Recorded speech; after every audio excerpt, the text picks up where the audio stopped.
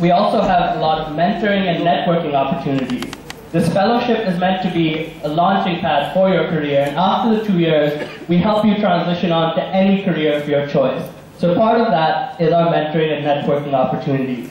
Through this, we have signed agreements with a lot of prominent employers. I'll talk more about them later, and they help our fellows because they realize our fellows are leaders. Just a few weeks ago, our fellows held a networking session with CEOs from the American Business Council. So these are CEOs of the top American-based companies that are present in Pakistan. And these CEOs were so excited, they actually asked us to hold this session. They were so excited to meet our fellows, to hear about what they were doing, and obviously to help them with internships and the like. We also have international learning opportunities through our Teach for All global partnership. So we have a Synergies online portal. It's sort of like Facebook, but it's less fun because it's for work.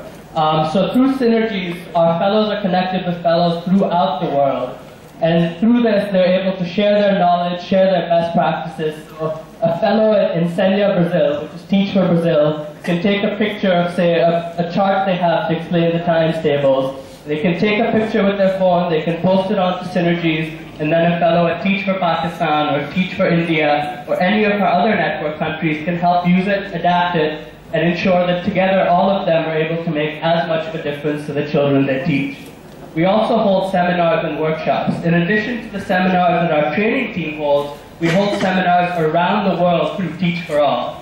And if as a fellow you're selected to attend one of these workshops, Teach for Pakistan will pay the bill to ensure that you can go and you can visit these great places and learn about fellows from these countries as well.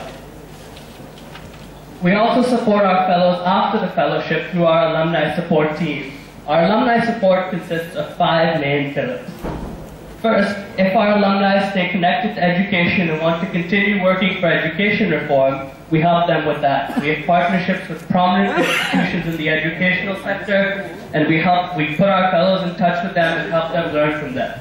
We also have employer partnerships with some of the biggest companies in Pakistan. Companies like Unilever, GlaxoSmithKline, Citibank, Standard Chartered, IBM, all these great places to work that offer preferential treatment to our fellows.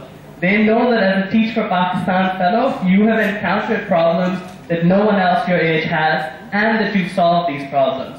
So these employer partners have signed agreements that they will give benefits to our fellows if they apply for jobs after the fellowship. These benefits include guaranteed first-round interviews, spots reserved for internships between the first and second year of the fellowship, and mentoring opportunities. So if you're interested in a career in finance, for example, as a Teach for Pakistan fellow, you can be connected with a young employee at Citibank or BMA Capital or one of our other employer partners in finance, and you can learn from them. We also have a career services center that helps our fellows with other skills needed for the job search, much like the HR department does here. Here we help our fellows practice for job interviews, we help them prepare their resume, and help them with all the other tools they need to help them launch their careers after the fellowship is over. If any of our fellows are interested in graduate schools, we have partnerships to help with that as well. As many of you know, at LUMS and IBA, there's a 2-year work requirement before you can go for your MBA. So the fellowship satisfies that requirement.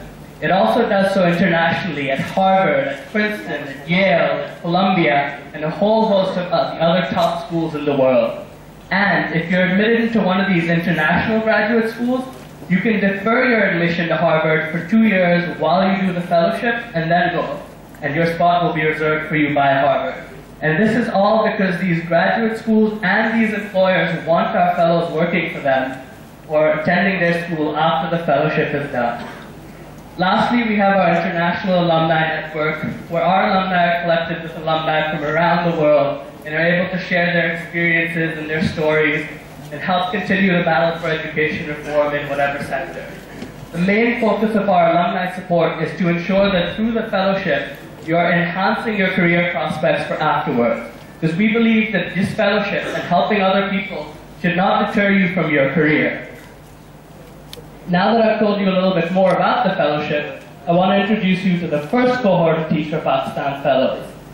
Right now, we have 20 fellows, and they're from some of the best schools in Pakistan. We have 38% from LUMS, 14% from IBA, 10% from NUST, and a whole host of other schools.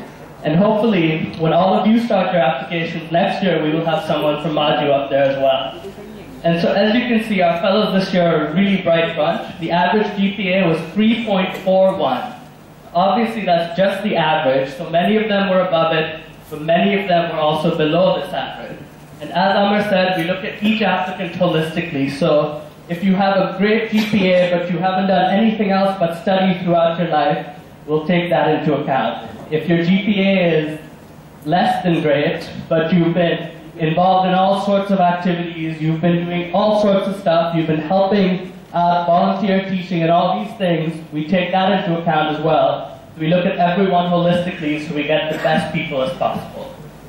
So now I want to introduce you to one of our fellows, Anam Iqbal.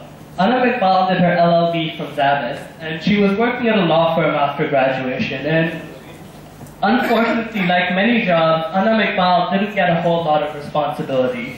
Many of you might find in your first job out of college, you don't get to take a lot of responsibility, you don't get to show a lot of initiative, you don't get a lot of opportunities for leadership. So Anam Iqbal decided that she wanted these things, and so she chose to teach for Pakistan. Here's Anam's story.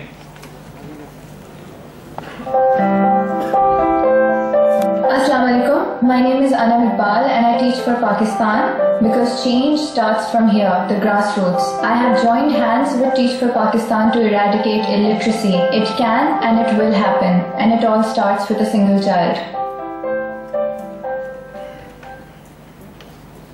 So now you know a little bit more about what motivated Anam to teach for Pakistan. If you want to see more sound bites from our fellows, you can go to our Facebook page, just Teach for Pakistan, and we have a whole tab full of videos to show you why our fellows chose to teach for Pakistan. Additionally, I'm sure by now you have many questions about the fellowship, and many of our fellows did too before they applied last year. So many of them were sitting in the same position as you are, where they chose to take this fellowship, they chose to apply and to become leaders. So to help you answer some of the questions that you might have, we have a short clip where our fellows are answering how they answered the questions they had, just to show you a little bit more about the fellowship and how they overcame some of their concerns before joining.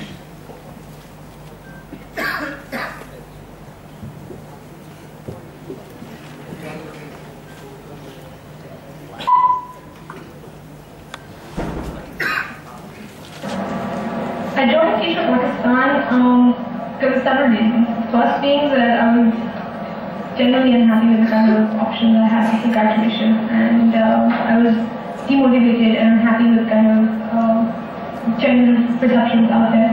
Secondly, something that I had belief in, but over the course of this training institute that has grown exponentially, but primarily because I was very unhappy with the kind of direction our natural lives take after graduation, and I wanted to do something different. Teach for Pakistan मुख्तलिफ वजूहात हैं कि सबसे पहले तो ये कि एक बहुत डिफरेंट प्लेटफॉर्म था और एक बहुत डिफरेंट सोच थी जो कि हर पाकिस्तानी को इस टाइम है कि मैंने मुल्क के लिए कुछ करना है, लेकिन उस सोच को वाकई अपनी ज़िंदगी में लेकर आना और उसको असली में जो है फॉलो करना, उसके लिए यही एक ऑप्शन थी मेरे पास. Yes, the first reservation was the 2-year commitment because obviously 2 years is more time and you would want to work for your masters or maybe go to a job, but I overcame that reservation after I met my students in my summer school, and I realized that they do need that time to grow, and so I overcame that. Another reservation was that I just graduated from dance. A lot of people would say, but you are going to be teaching after graduating from dance. And I was initially confused myself, but when I found out how we were going to teach those students, how we plan and how detailed our plans are, we're going to instill life skills in children, and all these things require a lot of effort and someone who would put it all in his hard work into that. And that's when I realized this was really a worthwhile job. I want to go for my master's in either anthropology or public policy after I get done with Teach for Pakistan. but I'm still exploring my options, so there's a lot that I want to explore during these 2 years. And I think Teach Pakistan